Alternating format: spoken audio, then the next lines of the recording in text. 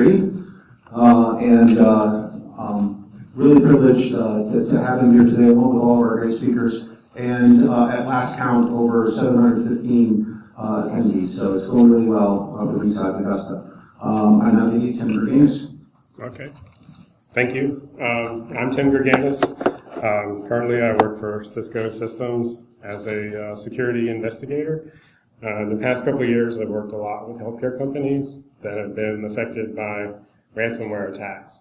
So I wanted to share a bit of my observations about some of the common vulnerabilities to the healthcare industry, and also talk about the active attacks using ransomware that I have investigated. So here's the quick outline. Back on the first slide, this presentation is online on my Box account. It's also put up on SlideShare just this morning. If you search for like ransomware, healthcare, you probably will find it. And I'll have this link again at the end. So I want to talk about common vulnerabilities in healthcare that I've observed. What Cisco's Active Threat Analytics team does that I work on is we monitor the networks of our customers. So we have a full PCAP tab, we have log collection and so forth. So that's how we get visibility into their network and to monitor their security. I want to talk a little bit about the mass distributed attacks of ransomware as well as some targeted attacks. And also at the end talk about some recommendations and some incident response suggestions. So due to the increasing cost of providing healthcare, healthcare is adopting a lot of new technology to provide better care to patients and to reduce the cost of providing that care. So you see a lot of new computerized equipment being brought in and plugged into the hospitals because they want to eliminate paper and the inefficiencies and cost of keeping records that way. So you have the EMR systems, or sometimes called electronic health record systems, that are being installed. Hospitals are networking together to reduce costs and increase efficiency.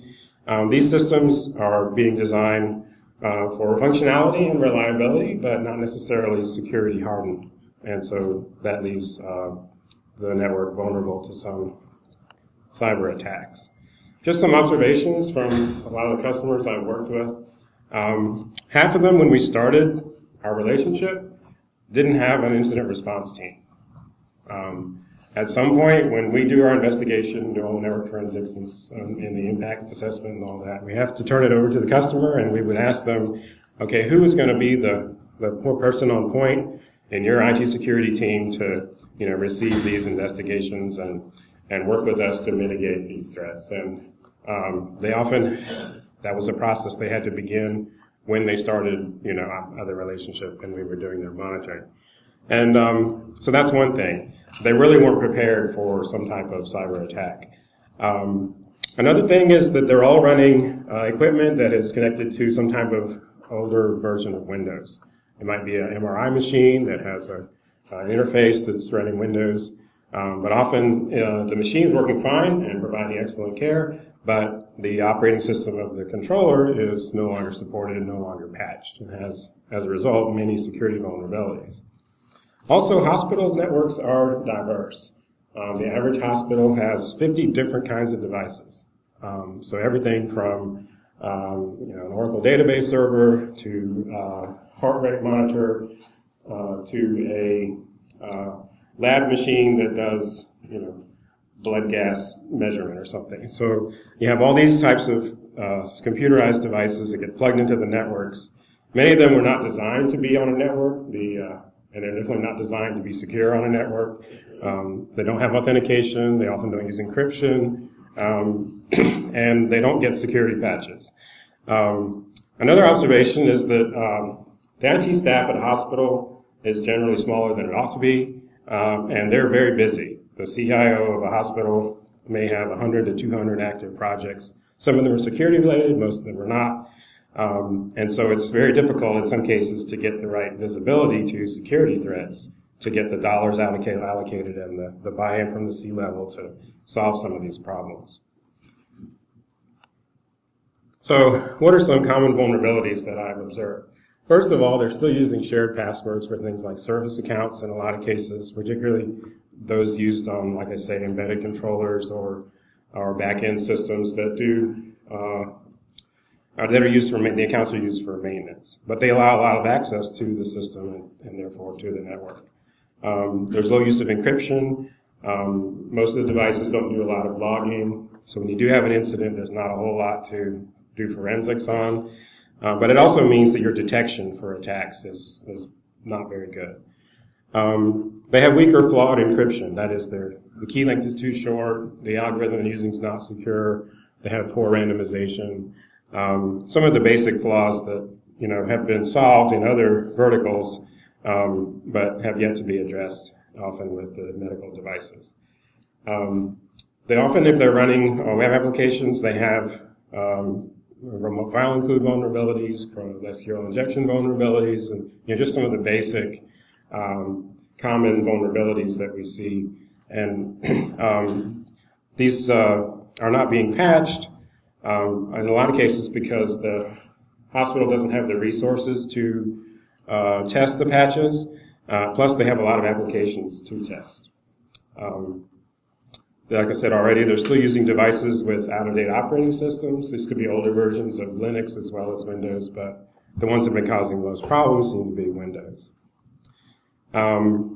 There's not much authentication to put a device on the network. There's also not segmentation in the network. So once you get even something like a HVAC building controller online, it can actually talk to a lot of the other networks in the hospital, including the ER, the lab, the admin area, and so forth. So this is a problem because once an attacker gets inside the network, they're free to move around and do lateral movement.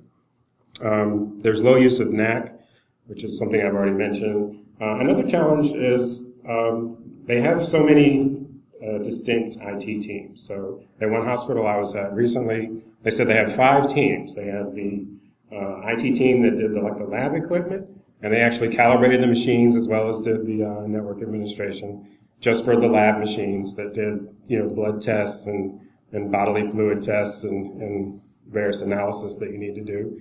Then they had the admin systems, which was HR and payroll and that kind of thing. And then they had the clinical IT group that did administration of the things that actually touch a patient. So this was all your monitoring equipment for their pulse ox, their heart rate, and so forth.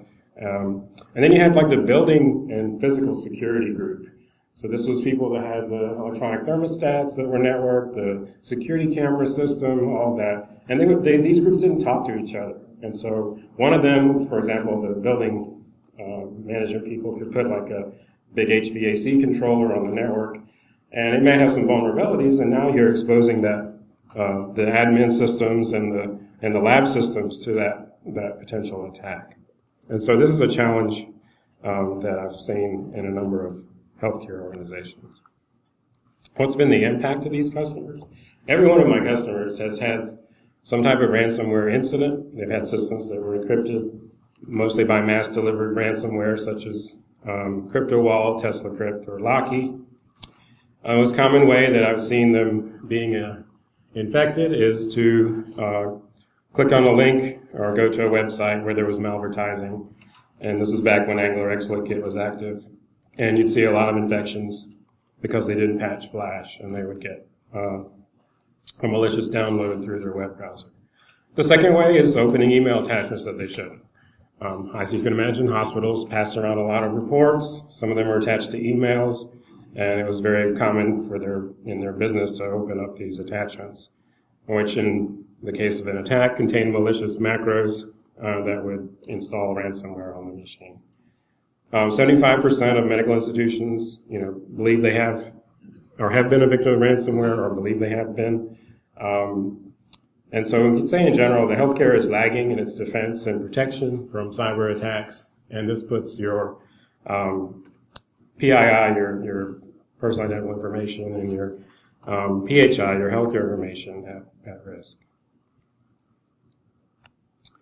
Some other graphics. This is from a FireEye blog. The line at the top there is the healthcare industry where they saw attacks of this particular Lockheed ransomware going into a healthcare network.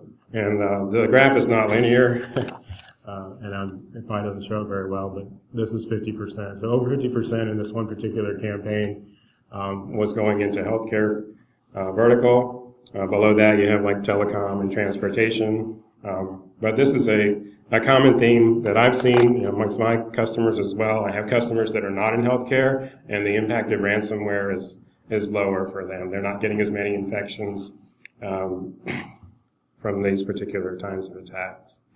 And ransomware is continuing to grow. There's new families, and there's more actors or adversaries that are using ransomware. We've seen some adversaries that were distributing, say, password stealers or credit card stealers that have switched to using ransomware for monetizing their activities. So one example from Malwarebytes is that December of last year, 17% of all malware payloads from exploit kit attacks were ransomware. But by May of 2016, 6 months later, 61% of those payloads were ransomware. This is just a typical attack or incident I've seen earlier this year. Hospital staffer goes to this medical-related website, the Dayton Optometric Company, and that particular website at the time was compromised, and there was a hidden iframe on every page that would redirect you to load this other compromised website where you would be redirected to the Angler exploit kit. So just by going to this website, which seems like a reasonable thing for the hospital staff to do, they end up getting, in this case, the TeslaCrypt ransomware on that machine. So the way exploit kits work, if you don't know, once you get to the landing page and you load that in your web browser, there's code on that page that's going to determine the version of Flash that you have and the browser you're using and the operating system version. Then it's going to select an exploit that works against that version. In this case, the hospital had like a golden image they were using to install all their PCs, and it had like Flash version 11, which the new one is like 21. And so an exploit for version 11 was downloaded, and when it succeeded, it downloaded TeslaCrypt, which is ransomware, and began encrypting the machine. We knew that because we could see the communication back to the command and control URL, which is this telechannel.com. And so this is fairly typical. We find that hospitals have computers that are not up to date, and they're also not patching them. As I mentioned earlier, there are often hundreds of applications in a hospital, and they just don't have the resources to test them all to make sure the patches don't break something. And so I've found that they're very hesitant to want to patch, but after you see a lot of this, I think we've convinced most of them to begin that process, but it will take time because of the number of applications and configurations that they're testing. We've also seen infections come from staff using personal email accounts on their workstations in the hospital. Usually they're not getting them from the hospital's official email servers, but a lot of them are allowed to access their personal email. They open an attachment they shouldn't, and they get ransomware that way. So I just want to review quickly some of the active ransomware families. So the first one is CryptXX, which is believed to have been developed by the same group that wrote the Reviton ransomware, which came out years ago. But this is a case where had an adversary that's been involved in malware for a while, and they decided to write a ransomware malware. They're distributing it via exploit kits as well as via malicious email attachments. It has to have some features to avoid detection by automated sandboxes, so it will sit there idle for like an hour, and then it will begin encrypting so that it will perhaps time out the sandbox. Also, so that the user doesn't associate like opening that email or going to that web page with getting ransomware. The two events happen far enough apart; they don't correlate. But CryptXX will also maybe monitor for mouse moving or check the name of the CPU in the registry in order to determine whether it's in a sandbox or whether it's on a real machine. CryptXX will encrypt the files in the local drive as well as those on mounted drives, so USB devices or network-mounted shares. If it can write to them, it's going to try and encrypt them. In addition to encryption functions, CryptXX will also steal your passwords at rest and your Bitcoin if it can find it. So it's going through your file system looking for stored passwords and shortcuts to your web browser or your FTP client or your email client. So in addition to dealing with all the ransomware implications and restoring your files, after you get CryptXX, you'll need to change all your passwords. Another active family is the server ransomware. Server is distributed by malicious email attachment as well as by exploit kit. And I just had a few example subjects from campaigns that I've seen where server was the payload of an email. And notice that they're kind of business related. So it could be the name of a company. It could be this user has shared a message with you, and it'll lure you to open the attachment. Or it could be a fake file sharing message that indicates that someone shared a file with you, an important file with you. So these seem to be targeting more business users than say a home user. Server has been the payload from the DRIDX botnet. Usually the form of the attachment that has the malicious macros is a Word doc, although they have experimented with using RTF files as well as using the newer JavaScript downloaders. So in this case, you have a zip file attached to an email. Inside is a JavaScript file. It's really small. And that script will execute when you open it using the Windows scripting engine to download the ransomware and then run it. Some interesting things about server's command and control communication is it uses UDP on this port 6892. And you can see it scans a large range of IP addresses. One of these, I've seen these three used. And I think that's just make it more difficult to block the command and control communication. Lastly, we have the Locky ransomware, which I think is probably the one I see the most in terms of the mass distributed.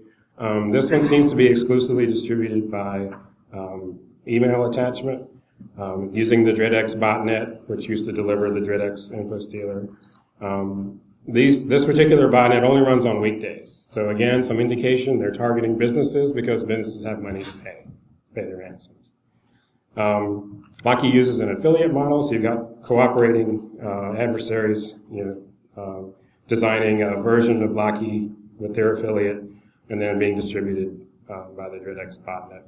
Here, the graph at the bottom here is the very first day Locky came out, which was in February of 2016. And you can see that due to low detection by antivirus, the number of infections rose quite a bit on the very first day. So a bit about ransomware propagation. So some people ask me, does ransomware spread from system to system? And none of the mass distributed ransomware that I just covered has any kind of spreader function built in.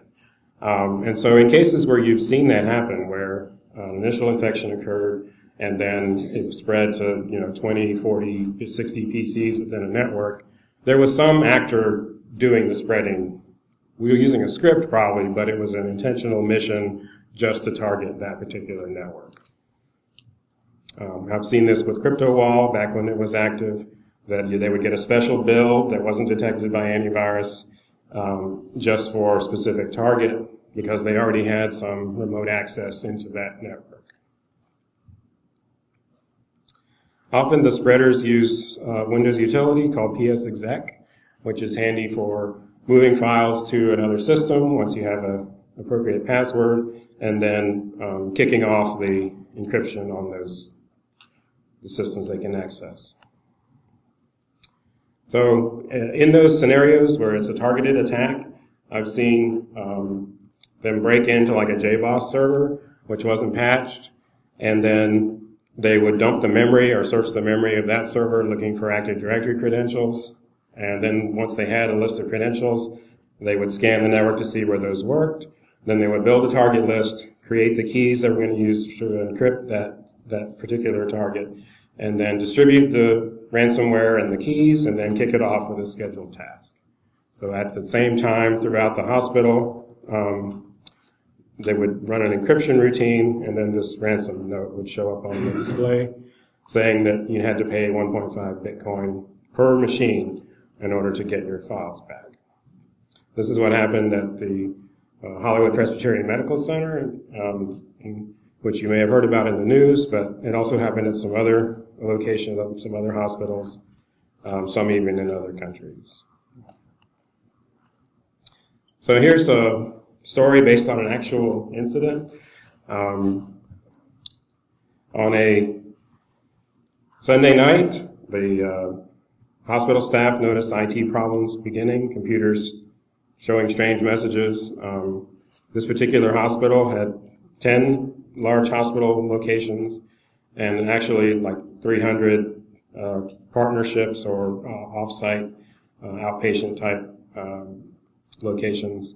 And they had over 370 applications that they used throughout these hospitals and clinics. So they followed their IR plan, and they began the IR actions to deal with this, certain applications not working and so forth. And they assessed that by Monday morning early that the situation was getting worse and that they had a ransomware attack. In this case, they decided not to pay the ransom. And so they determined they would need to shut off their electronic health record system.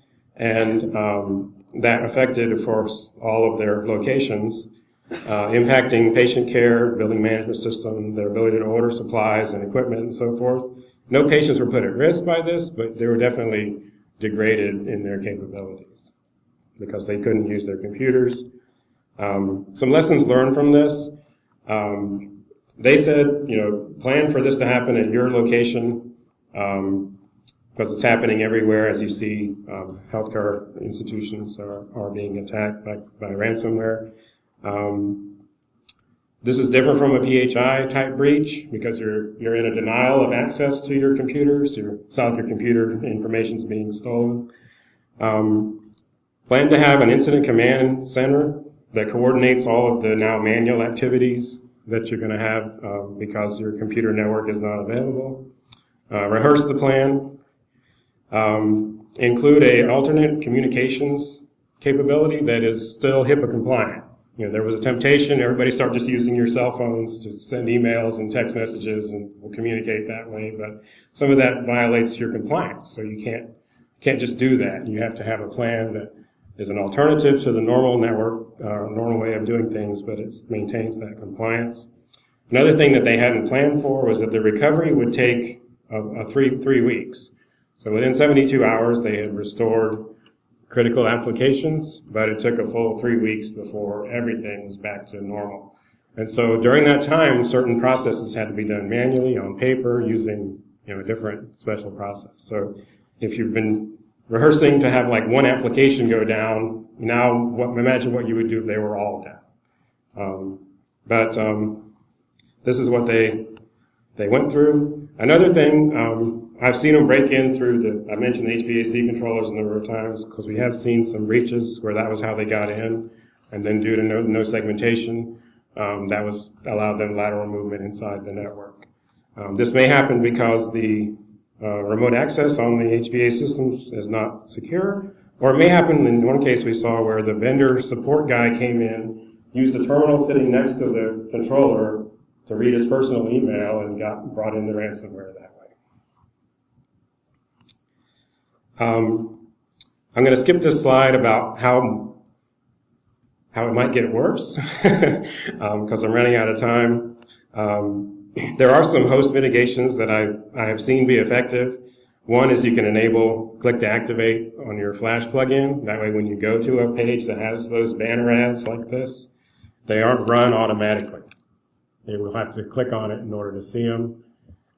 This can be effective in preventing or making it require one more step before those Flash exploits will just run when you go to the page.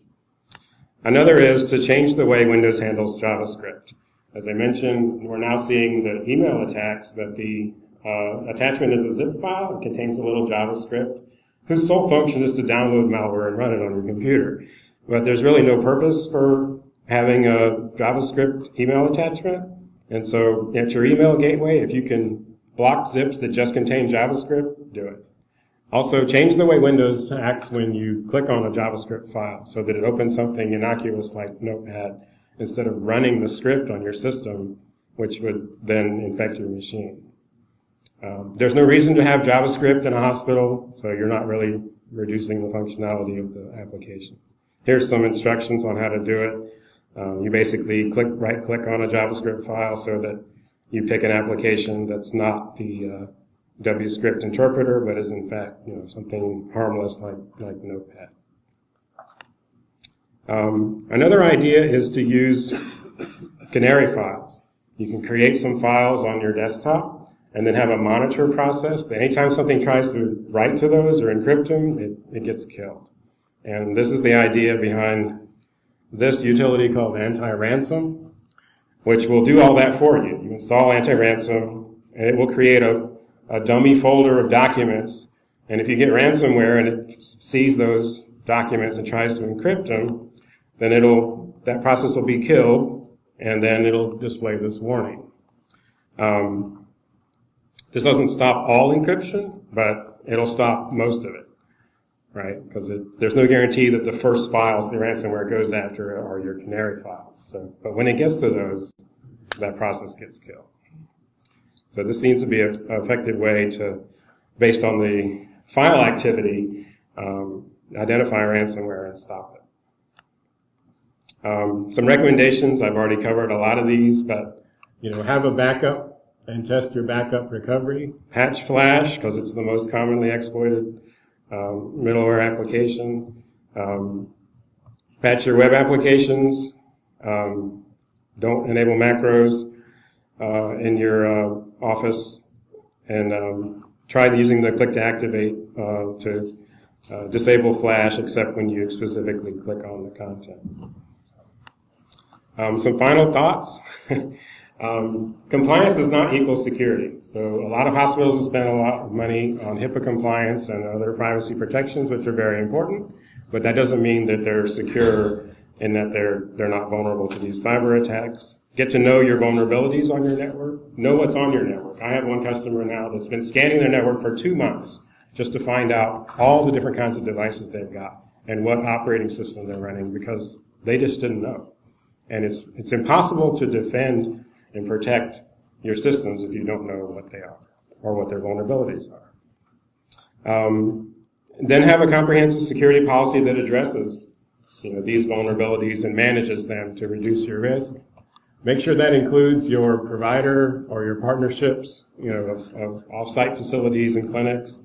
But I think, don't give up with proper planning and awareness, executing your security strategy, and your healthcare systems can be protected. And these are 2 places I've put this presentation, up on SlideShare as well as on my Cisco box.